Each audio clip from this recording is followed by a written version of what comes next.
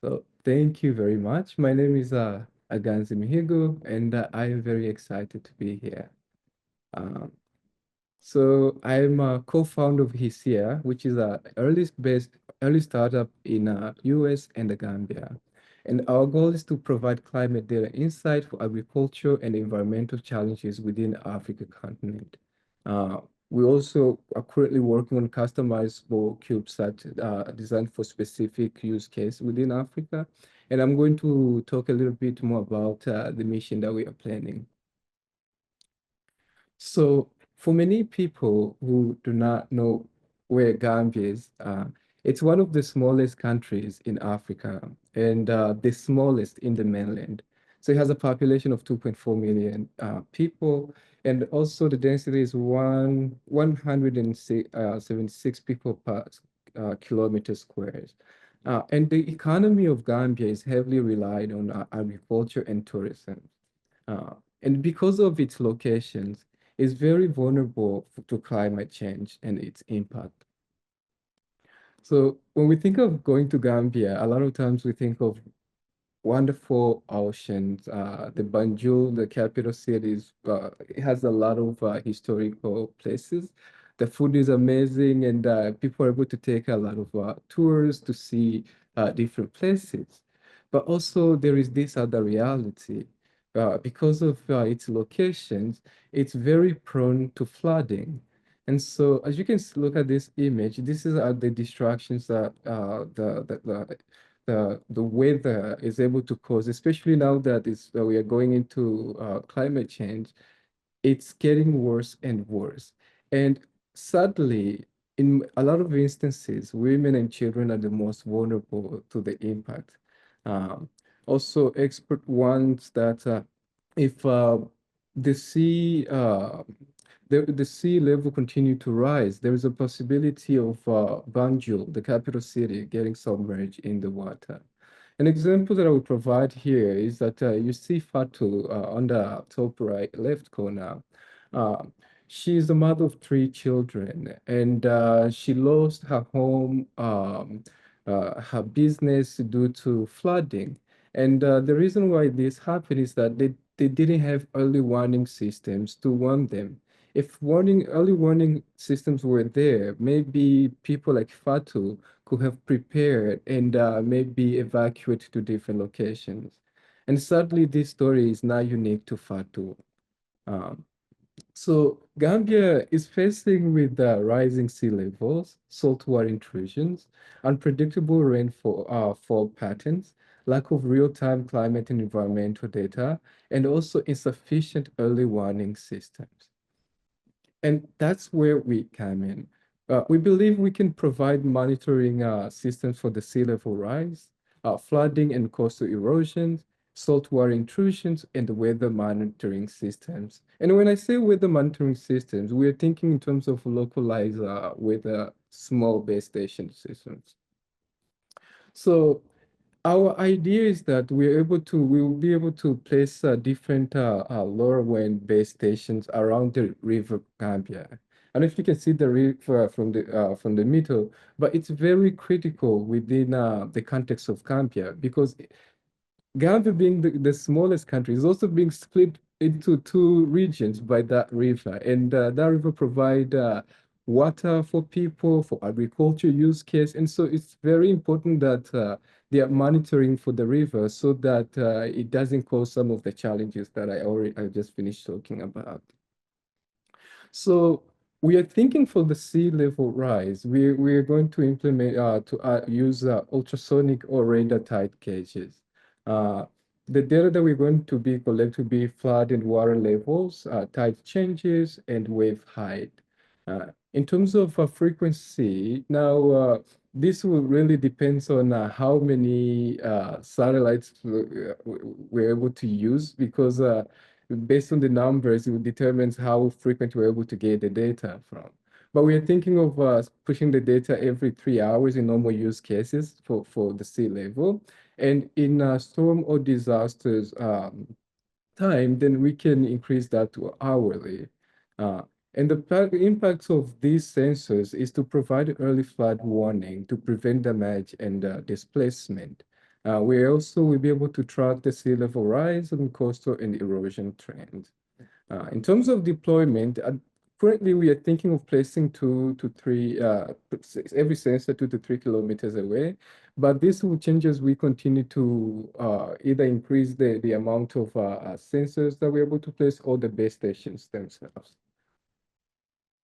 Also, for saltwater intrusions, we are thinking of using low-cost is to install salinity-based sensors. And the goal is to get to the groundwater and irrigation channels. So in terms of frequency for this one is to use every 4 hours. And it also install, like increase that to hourly. Now, the reason why we're going with this time frequency is because given that the country is very, very small, then a lot of people are close to the river. So the faster we're able to send this warning out, the more people we're able to help evacuate so that they don't get impacted by the flooding or different weather conditions. Uh, and we will use the saltwater intrusion to monitor the fresh water because it's very critical for agriculture use case. When the amount of salt increase within the water that you're using for agriculture, that tend to kill plants. And so given that a lot of the river Gambia itself is like it intersects the Atlantic Oceans, which provide a lot of salt water, it's very, very critical. We have warning that we can at least even have predictions ahead of time so that farmers can take precautionary measures in how they're able to manage their resources or even detect the salt build up in the irrigation water. We are also thinking of placing this sensor 2 kilometers within the agriculture and high-risk areas, focusing on the mainland, river estuaries, and vulnerable freshwater wells. And finally, for our last sensor stack is to provide localized weather monitoring systems. And so our goal is to provide a low-cost solar power weather base stations, and that we'll be able to measure the temperature, humidity, wind speed, uh, rainfall and wind speed, and the direction of the wind, so we can know over time we can track these changes and being able to provide insightful information to policymakers or even farmers themselves or normal people. Also, we are thinking of sending the message every hourly, but again, in storm and disasters times, we might increase the frequency to 30 minutes. And this, again, there are a lot of design challenges that we need to think about, especially once you start adding a lot of sensors around the River Gambia and how we're able to optimize even sending data itself. And the impact for our weather monitoring systems is to improve crop yield by optimizing planting and irrigation schedules, reducing losses from drought, flood, and storm, and support farmer with real-time weather forecasts to better for decision making. Uh, we are also thinking of placing these sensors 2 kilometers apart, and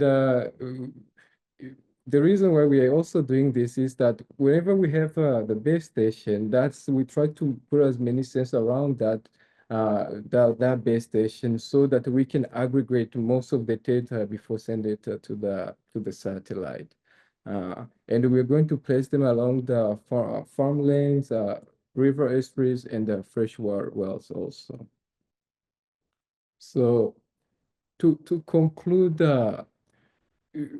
for us, we are now looking at the mission as we are building just the IoT side infrastructure. It's real life for a lot of people, especially within Gambia, because when you have this flooding, you also have a loss of lives, which is the most devastating things. So by providing these solutions, we are able to provide early warning systems for people, get them prepared, and even policymakers can start distributing resources before it gets in the time where it's already in emergency. And our hope is that over time, we'll be able to provide real-time IoT and satellite warning so that people can use it, especially farmers, because it's an economy that the country currently relies on heavily. Um, Now, why does this matter? Again, it's not about the technology itself, it's about protecting people's lives and livelihood. And we want to ensure that farmer can grow crops, our family can stay safe, and the climate actions is based on the real time data. So now I'll be more than happy to take any question. And thank you. Okay, fantastic. Thank you so much, Aganze, for the great presentation.